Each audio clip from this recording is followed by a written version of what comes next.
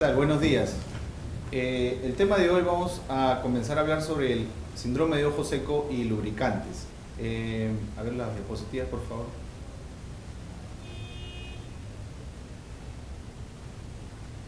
Este tema es bastante común, es prácticamente uno de los problemas más frecuentes que vemos en la consulta desde el inicio. Un segundito para poner el... Ok. Entonces es un problema bastante frecuente en la consulta, seguido de las cataratas y el glaucoma. Es prácticamente casi el 70% de la consulta médica que tenemos acá, problemas de ojo seco. Vamos a ver que la definición de ojo seco. Había un grupo que se reunió, es el workshop de la International Dry Eye en el 2007, con las siglas de DEWS. Indica que la definición del ojo seco es una enfermedad multifactorial de la superficie ocular y película lagrimal que causa síntomas de malestar, trastornos visuales e inestabilidad de la película lagrimal, acompañado de hiperosmolaridad.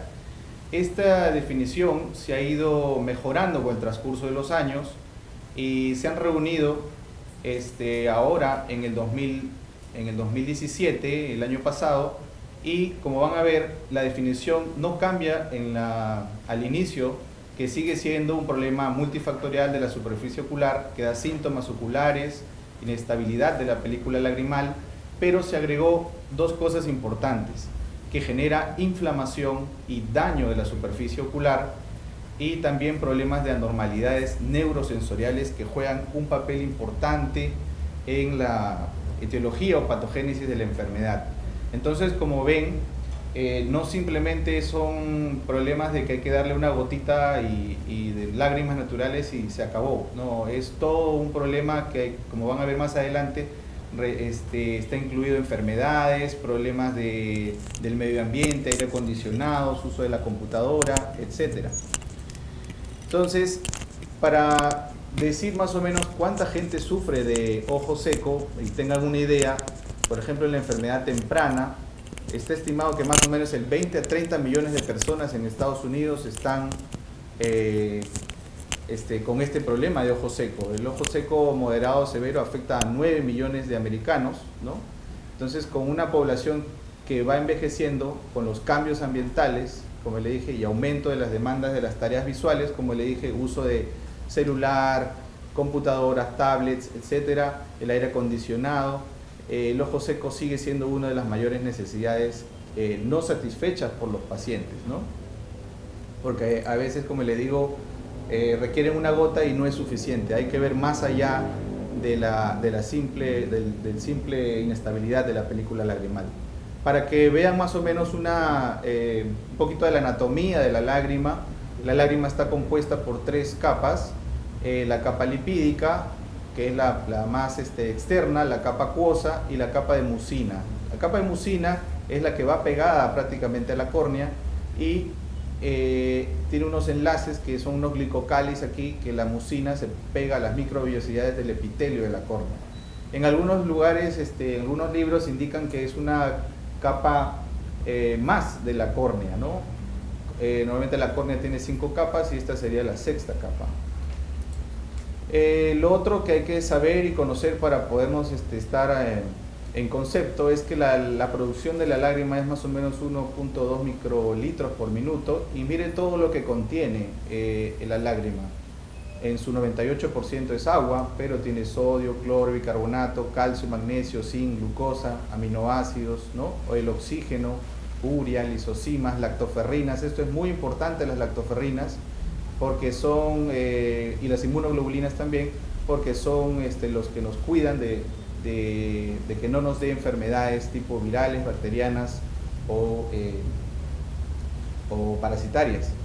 Entonces, la lágrima de por sí no solamente es lubricar el ojo, tiene un efecto óptico, ¿sí? Si un paciente tiene ojo seco moderado a severo, va a tener visión borrosa. Entonces es muy importante para la vida del paciente. Tiene un efecto mecánico como lavar todos los restos que se quedan en la superficie ocular. Su efecto lubricante, que la mayoría de nosotros ya sabemos, tiene una función nutricia porque nutre a la córnea, y como les vuelvo a decir, la función antibacteriana que defiende a la superficie ocular de patógenos. Para poder tener una buena lágrima, no solamente es que produzca la lágrima de la glándula lagrimal, se produzca lágrima. Es todo un circuito, más que todo neurosensorial, que nos indica que para tener una buena lágrima, tenemos que tener buenas vías aferentes y buenas vías eferentes. Un buen parpadeo, ¿sí? Necesitamos esas buenas condiciones para poder tener una buena lágrima. La clasificación del ojo seco, esta es una clasificación que se hizo en el 2007, como le dije en la primera reunión, en el DIUS 1 de los expertos en ojo seco a nivel mundial. Les voy a indicar más adelante la clasificación actual, pero esta clasificación nos ayuda mucho para entender un poco la etiopatología de la enfermedad. Entonces, el ojo seco al inicio se vio que era acuodeficiente, o sea, falta de lágrima, o evaporativa, o sea que se evapora la lágrima. Entonces, por el acuodeficiente teníamos enfermedades como el síndrome de Sjögren, que es piel seca, boca seca, que puede ser primario, ¿no? Que es la enfermedad como tal, y secundario a través de otras enfermedades inmunes, como el lupus, la artritis reumatoidea, etcétera. Y las que sean no Sjögren es por deficiencia de la lágrima, obstrucciones de la glándula lagrimal, un bloqueo reflejo o fármacos que también producen disminución de la capacidad acuosa de la lágrima. Y la parte evaporativa, por deficiencia de las glándulas de mebomio. Las glándulas de mebomio son unas glandulitas que están en el espesor del párpado y producen un tipo de grasa que es importante para la lágrima, ¿sí? Después, defecto de la apertura palpebral, disminución del parpadeo y también acción de fármacos que provocan mucha evaporación en la lágrima. Y por deficiencias de vitamina A también produce este sistema evaporativo, conservantes que están en las gotas también. Pacientes, por ejemplo, que tienen glaucoma y utilizan este tipo de gotas para bajar la presión, que tienen conservantes, los conservantes producen daños en la superficie ocular y problemas de ojo seco.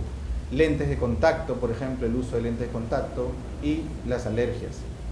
Ahora vamos a ver la clasificación actual. Esto ya es del 2017, como les comenté, de esta reunión del DIUS 2, e indican que hay pacientes que tienen problemas mixtos. En realidad esta patología es muy difícil encontrar una deficiencia solamente acuosa y una deficiencia evaporativa. Normalmente ya se ha visto que son mixtos y la mayoría de estos son evaporativos, ¿sí? Por problemas en las grasas, como le dije, en la producción de una grasa especial que se produce en los párpados por las glándulas de mebomio. Entonces, hay causas internas, como le dije, que son, por ejemplo, la edad, el uso de microscopio, computadoras, externas como la disminución de la humedad.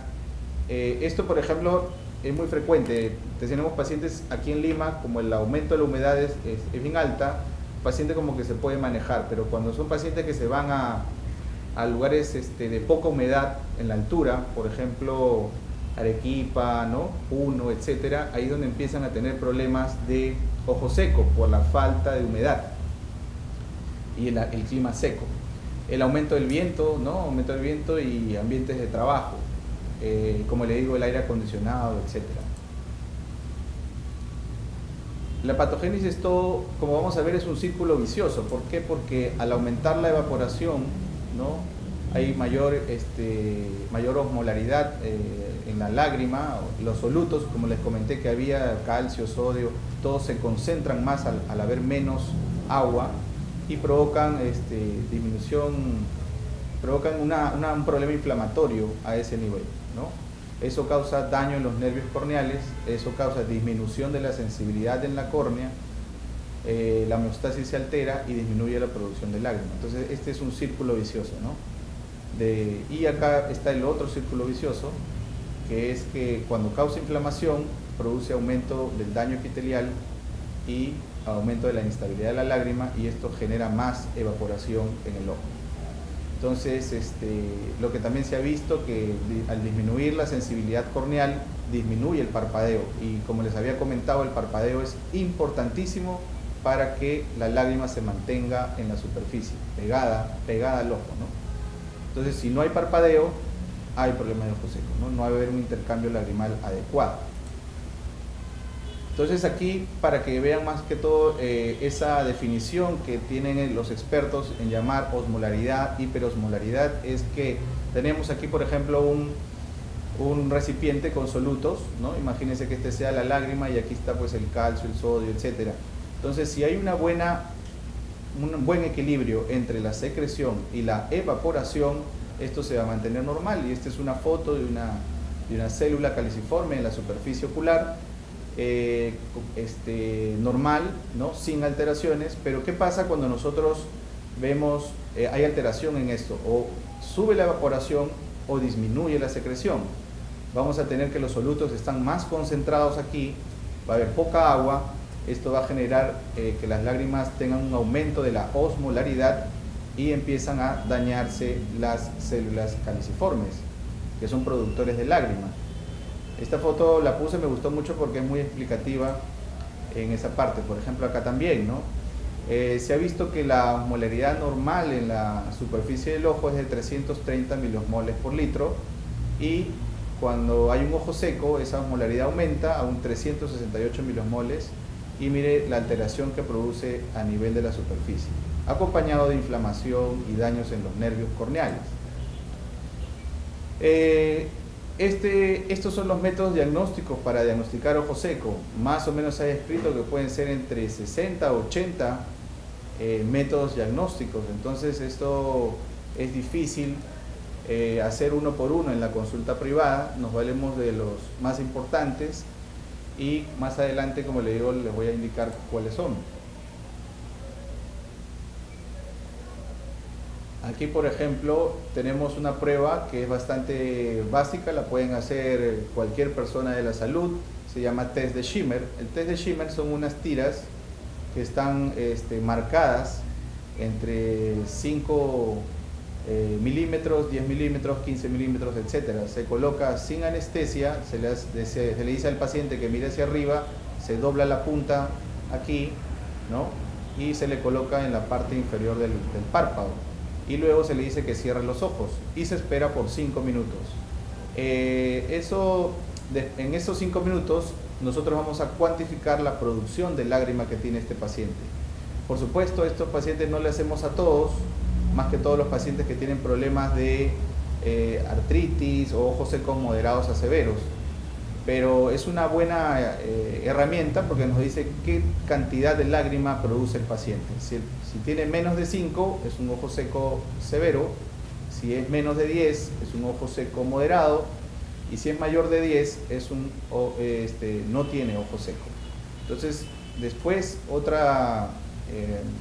examen que nos valemos es de la tinción con fluoresceína. Eso ya lo hace el oftalmólogo, donde vemos pues alteraciones en la superficie ocular. Como le digo, la lágrima está inestable, se rompe, no dura más de 10 segundos, y también nos valemos de esa parte, ¿no?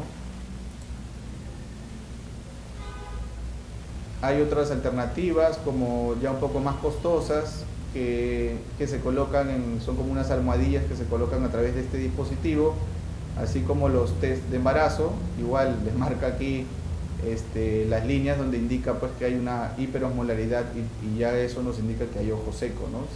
Si solamente es una línea, quiere decir que es un ojo seco moderado, y si no salen las líneas es un ojo normal.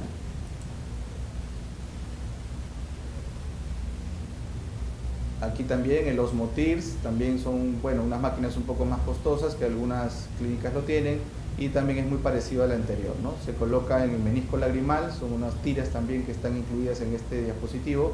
Luego se coloca como una especie de mango, se coloca aquí, y la máquina le indica la osmolaridad que tiene el paciente. Entonces ahí ya uno puede decir, tiene ojo seco o no. Otros métodos diagnósticos, la citología de impresión, ¿no? Es una buena identificación de las mucinas, ¿no? Por este medio de la citología, y simplemente se coloca el microscopio y ya se ven las células epiteliales y las células caliciformes. Aquí la microscopía confocal, donde también se ven las células caliciformes de la superficie ocular. Algunos aparatos que a través de rayos infrarrojos pueden detectar las células, las glándulas de meibomio, cómo se encuentran al voltear el párpado. Eso se llama meibografía. Otras como la luz blanca, que también se llama meiboscopía.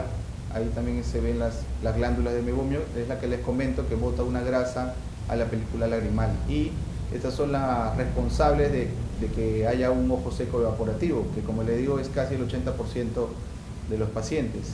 De ahí vendrían los ojos secos mixtos.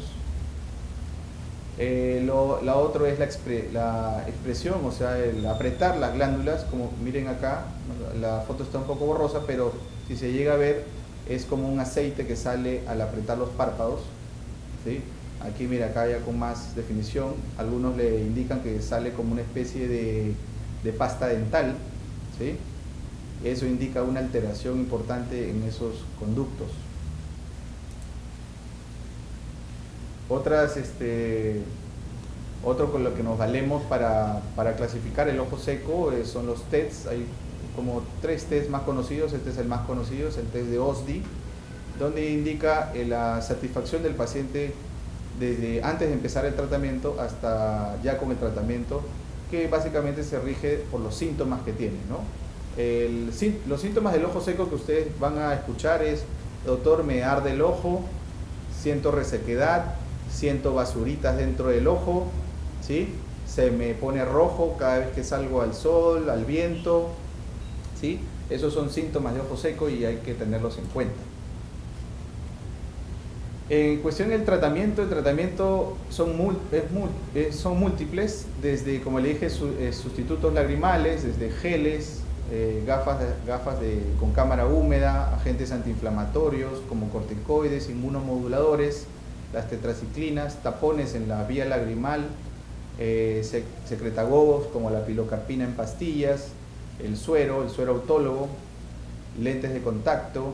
Acá ustedes van a decir: pero doctor, pero usted dice que el lente de contacto produce ojo seco. Sí, pero estos son otros tipos de lentes que se llaman lentes esclerales, que no tocan la córnea, y ya son cuando son pacientes con ojos secos muy severos. Necesitamos eso para no tener alteraciones en la superficie ocular. Inmunosupresores sistémicos, y también hay cirugías para el ojo seco severo, ¿sí?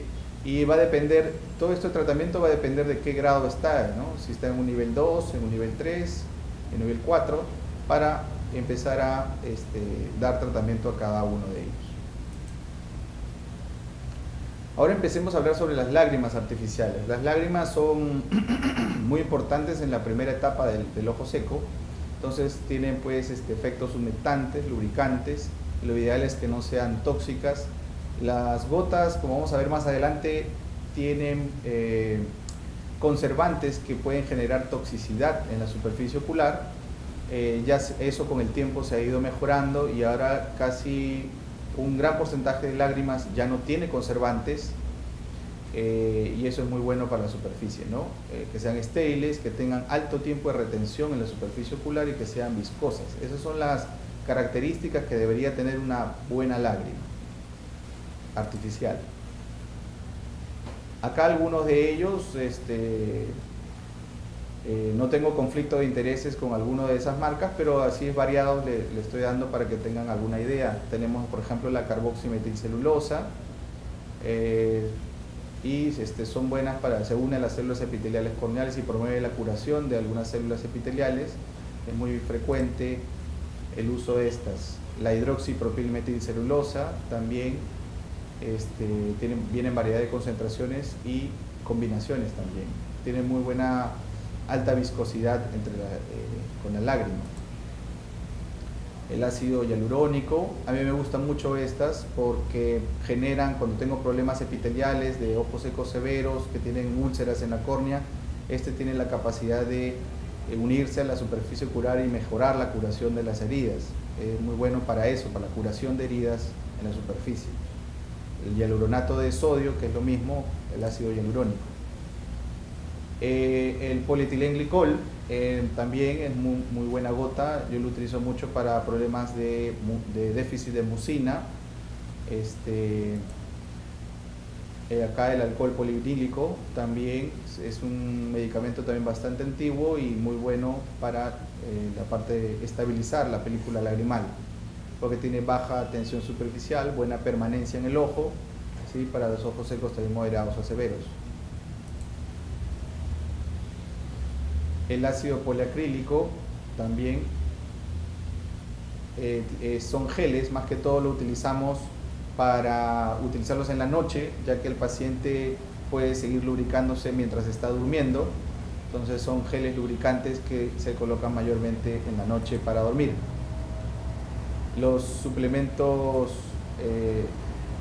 también hay gotas que, como les había dicho, tienen que ver con el área evaporativa, que tienen grasas. Por ejemplo, este de acá tiene unos, aparte de ser lágrima, tiene unos fosfolípidos que van a hacer que la lágrima se mantenga y se estabilice en la superficie del ojo.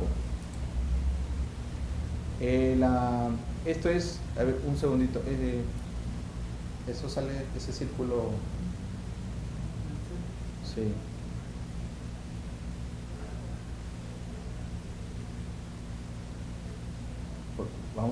Vamos a ver que sale acá unas líneas. ¿Ustedes lo ven? Estas líneas de acá. A ver qué es lo que pasó. ¿Sí ven?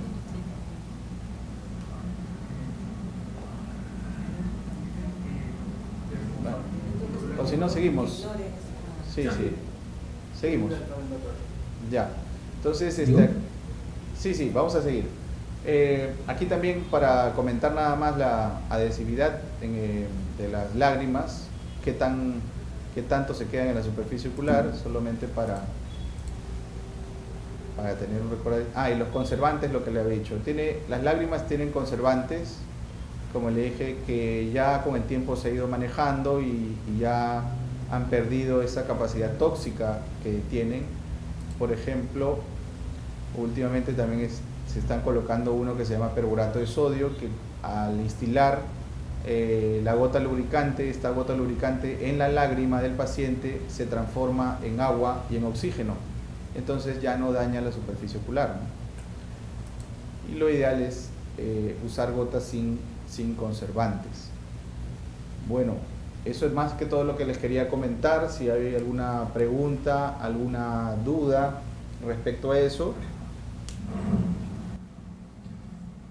Muchísimas gracias, doctor Álvaro Cáceres Pinto, médico oftalmólogo del Instituto Nacional de Oftalmología. Vamos a pasar algunas preguntas que nos han hecho llegar los participantes. Nos han preguntado cuáles son los alcances de la cirugía para el tratamiento del ojo seco y hasta qué mejoras se podría lograr. En cuestiones de la cirugía, como les había comentado, es lo último que dejamos, ¿no? como para tratamiento del ojo seco, en pacientes con ojos secos severos. Hemos llegado pues por ejemplo, sacar mucosa labial para colocarlo en la superficie del párpado. Hemos visto que aumentan la lubricación en pacientes, por ejemplo, con síndrome de Sjögren, que son pacientes que tienen artritis reumatoidea, problemas piel seca, boca seca, una enfermedad sistémica que va de la mano con los médicos, nuestros colegas, los reumatólogos, y eso es básicamente lo que se puede hacer. Hay otras cirugías más que tenemos para mejorar esa parte, pero tener en cuenta que este tipo de cirugías, como le digo, son la parte final, ¿no? Ya cuando hemos empleado muchas cosas, casi la mayoría llegan a salir con tratamiento médico, casi el 90%, como le dije, tapones de la vía lagrimal, geles, inmunomoduladores en gotas, en pastillas, y eso es básicamente lo que hacemos, ¿no? Muchas gracias, doctor.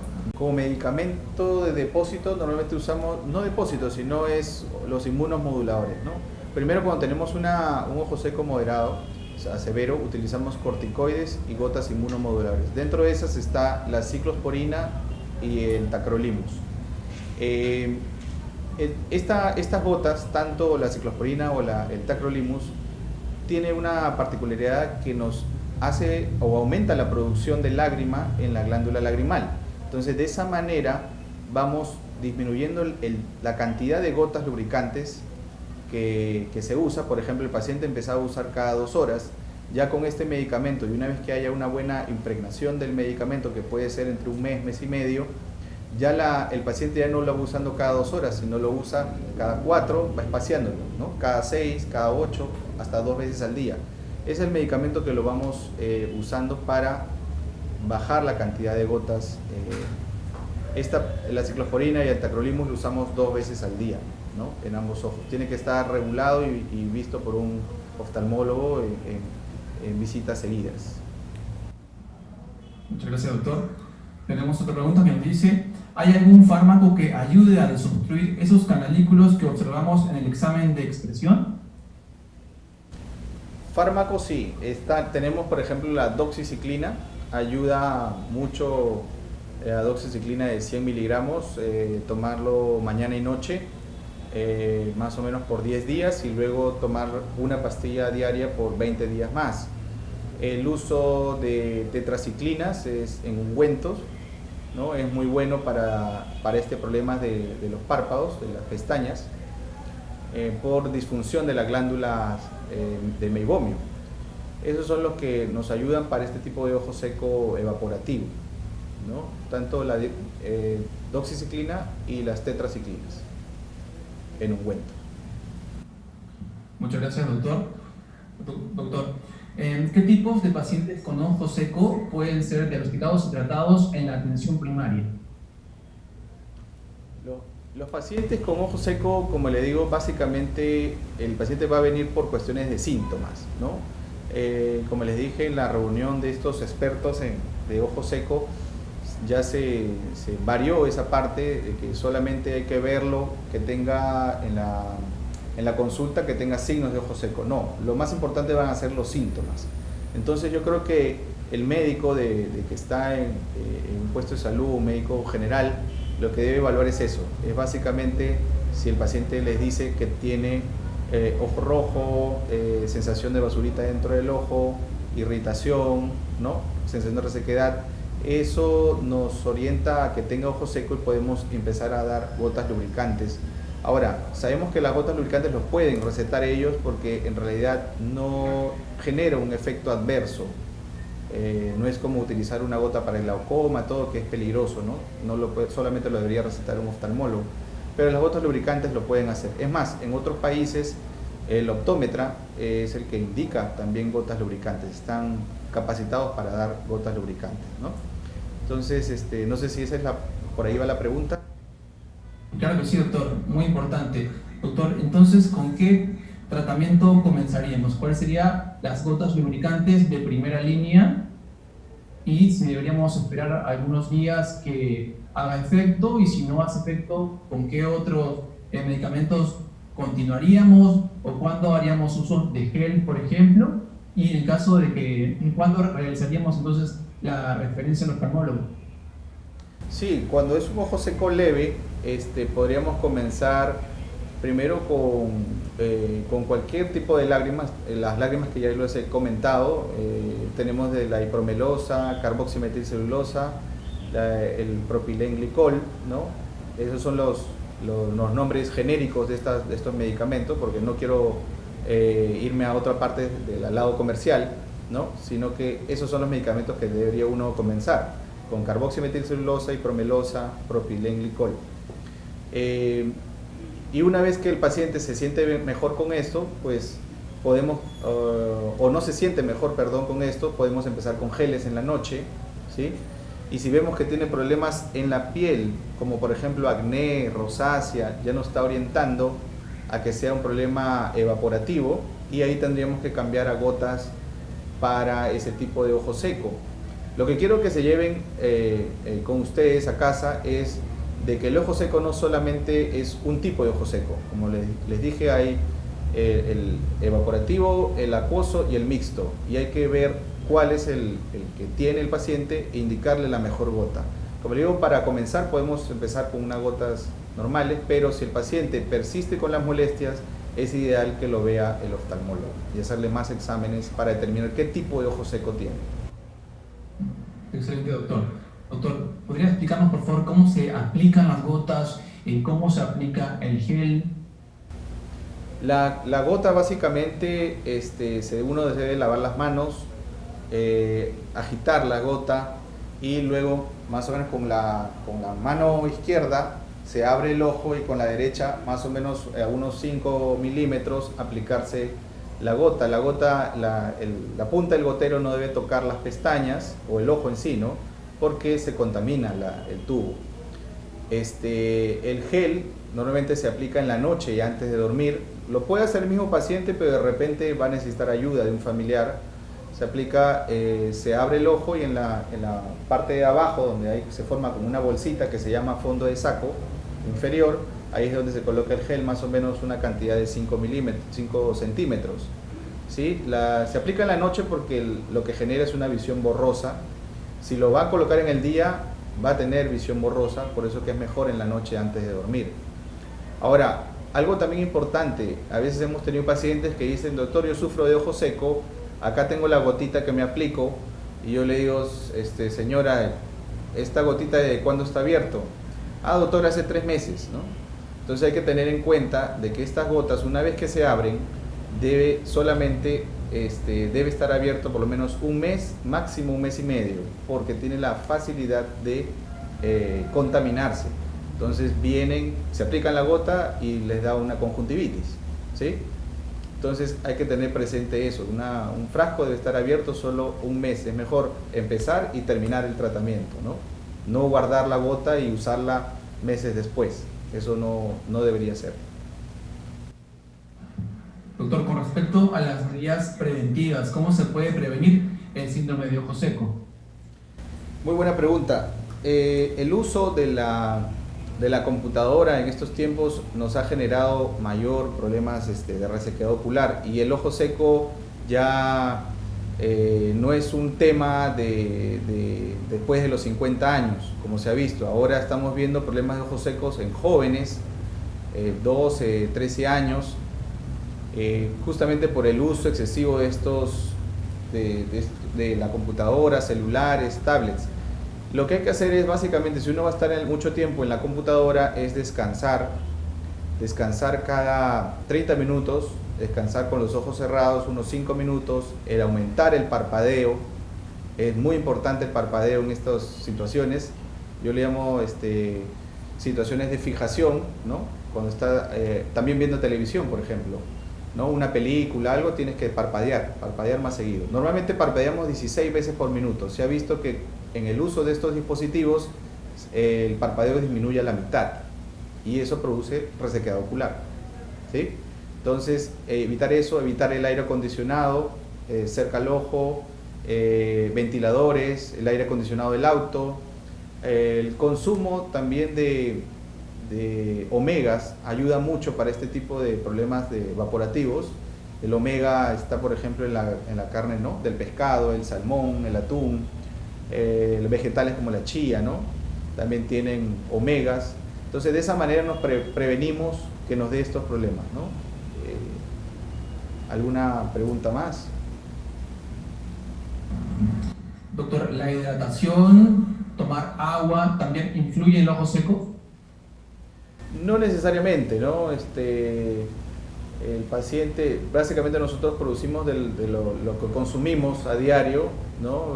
En los alimentos, eso hace que tengamos lágrima, ¿no? No necesariamente tomando mucha agua vamos a tener mejor lágrima, no es así, pero sí se ha visto como algo saludable, más que todo para tener un buen funcionamiento del riñón, etcétera, si el consumo y ejercicio es adecuado, ¿no? Excelente, doctor. Doctor, una vez diagnosticado el síndrome de ojo seco, el paciente tiene consulta con oftalmología, ¿con qué frecuencia son los controles? Los controles va a depender del tipo de ojo seco. En un ojo seco leve puede el paciente solamente controlarse cada 6 meses, ¿no? un ojo seco leve, un ojo seco moderado, severo, la recomendación es cada 3 meses, ¿sí? Dependiendo, como le digo, el grado de daño que tenga en la superficie ocular. A veces ya vienen pacientes con úlceras en la córnea, producto de un ojo seco severo, y tenemos que verlo cada semana, ¿no? Entonces va a depender del grado de que tenga el paciente. Muchas gracias, doctor. Tenemos otras preguntas de los participantes. Nos dicen: buenos días, mi consulta es: posterior a la cirugía de pterygium, ¿hasta cuándo se debe utilizar lubricantes? La cirugía de pterygium, bueno, cualquier cirugía en la superficie ocular produce resequedad ocular, cualquiera, desde la catarata hasta el pterygium, ¿no? Ahí la lubricación va a depender también de la edad del paciente, ¿no? No es lo mismo operar un paciente de pterygium de 30 años a un paciente que ya tiene como 50. La lubricación ahí está ya más reducida a esa edad y va a necesitar más tiempo. Normalmente para la cirugía de pterygium, en un promedio, un paciente promedio, yo por ejemplo se los dejo más que todo 1 mes y medio a 2 meses, ¿no?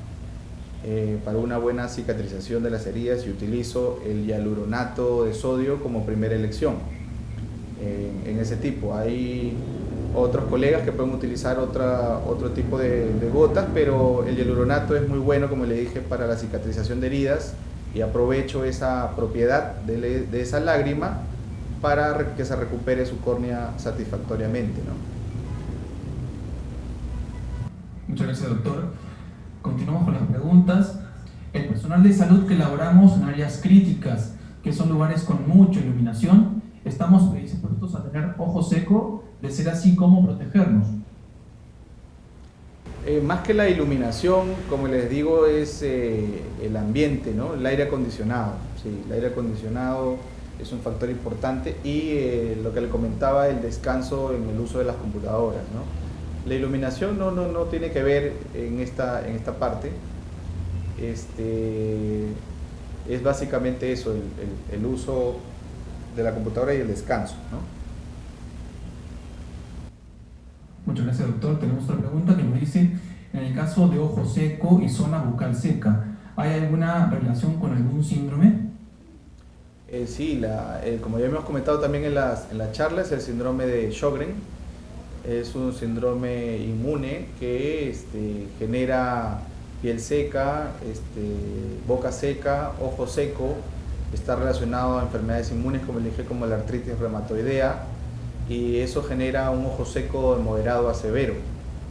Estos pacientes tienen que ser vistos por el oftalmólogo con relativa frecuencia y empezar a darles tratamiento, como le dije, ya más intensivo, con inmunomoduladores en gotas. Ya ellos ya tienen inmunomoduladores vía oral que el reumatólogo se lo está dando. En ellos ya casi de frente empezamos a colocarle tapones en la vía lagrimal para que la lágrima que tengan ahí la puedan aprovechar, ¿sí? No se desagüe la lágrima por el punto lagrimal inferior. Los tapones ayudan mucho. En algunas personas, bueno, no acá, en el extranjero hay pastillas de pilocarpina como un secretagogo, y generan eso también más lágrima. Lamentablemente no lo tenemos todavía en el Perú, pero supongo que en poco tiempo alguna industria farmacéutica lo traerá, y todos son herramientas que nos valemos para que haya más producción y menos evaporación. Muchas gracias, doctor. Tenemos una pregunta que está relacionada también. Nos dicen: ¿cuáles serían las gotas oftálmicas de elección para ojo seco en pacientes que tengan una enfermedad autoinmune como esclerosis sistémica? Ahí las gotas de elección son las gotas más viscosas, ¿no? Más viscosas, que tengan mayor capacidad acuosa y que tengan mayor cantidad de fijación de la mucina. En ese caso tenemos el propilenglicol, polietilenglicol, en lágrima o en gel. Lo necesitamos bastante lubricación ahí, y necesitamos que la lágrima se mantenga mayor tiempo, ¿no? Esas serían las gotas más adecuadas. Muchas gracias, doctor. Nos han preguntado si la falta de lubricación del ojo seco puede originar un derrame ocular. No, el derrame ocular se debe a otras causas, más conocido como hemorragia subconjuntival. Lo que produce el ojo seco es una inflamación en la superficie del ojo, ¿no? Van a ver como el ojo rojo como si fuera una conjuntivitis, más que todo, ¿no? El derrame, como le digo, es básicamente pacientes diabéticos, hipertensos, que hacen maniobras de Valsalva, ¿no? O sea, aumentan la fuerza interna, cargan un peso, están estresados, o tienen problemas de la coagulación. Ahí se les produce una hemorragia en la conjuntiva, que no tiene que ver, como le dije, con el ojo seco. Muchas gracias, doctor. Nos han preguntado, a la vez, debido a sufrir ojo seco, he sufrido en 2 oportunidades de queratitis y queratoconjuntivitis, además de 2 episodios de úlceras corneales. Adicional a esto, uso lentes de contactos con medida. ¿Podría ser esta la causa o la causa sería el ojo seco o simplemente los lentes serían un exacerbante? Buena pregunta. Ahí la pregunta sería ¿cuántos años tiene el paciente? No sé si hay ese dato. Bueno, le pedimos entonces al usuario que ha hecho esta pregunta si nos puede decir la edad, por favor. Acordémonos de que las lente de contacto produce resequedad ocular, ¿no? 25 años, doctor. 25 años. Bueno, el lente de contacto produce resequedad ocular. Ahora, si bien es cierto, los últimos lentes de contacto ya vienen más hidratados, pero eso generaría más ojo seco. Por lo menos yo particularmente no lo recomiendo, ¿no? Si ya ha tenido una úlcera, ya ha tenido problemas en la superficie, le generaría más resequedad, ¿no? En algunas situaciones específicas nada más, como le digo, se puede colocar unos lentes, pero son lentes especiales que se llaman lentes esclerales, que van como soporte en la esclera, en la parte blanca, ¿no? No tocan la córnea. Como le digo, en determinadas situaciones, por ejemplo, problemas con queratocono, que el paciente y ojo seco, ¿no? Como le digo, algunas especificaciones nada más, ¿no? Pero el lente de contacto produce resequedad, no es aconsejable usarlo, ¿no? Muchísimas gracias, doctor. También nos han preguntado si la quimioterapia o radioterapia puede producir también ojo seco. Sí, la quimioterapia no, la radioterapia sí. La radioterapia sí, básicamente es, por ejemplo, vienen por tumores en la región malar, tumores en la cabeza que requieran radioterapia y está cerca al ojo, van a presentar problemas de ojo seco por radiación. Primero una queratitis central, y esa queratitis produce resequedad, ¿no? Produce alteraciones en los nervios corneales, en la sensibilidad corneal y sí, básicamente la radioterapia. Muchísimas gracias, doctor Álvaro Cáceres Pinto, médico oftalmólogo del Instituto Nacional de Oftalmología. Le pedimos unas recomendaciones finales para todos los participantes que nos están viendo desde la atención primaria.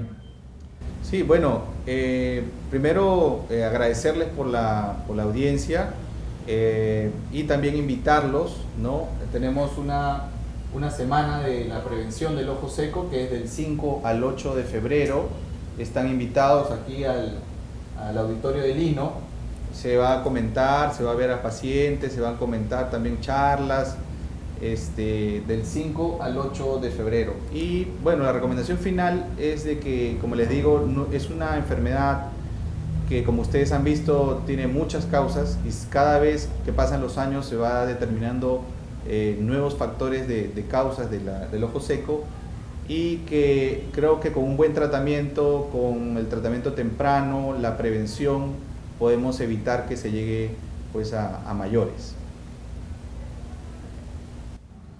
Muchísimas gracias, doctor Álvaro Cáceres Pinto, médico oftalmólogo del Instituto Nacional de Oftalmología. Los esperamos pronto en otras telecapacitaciones. Muchísimas gracias. Entonces, hasta la próxima.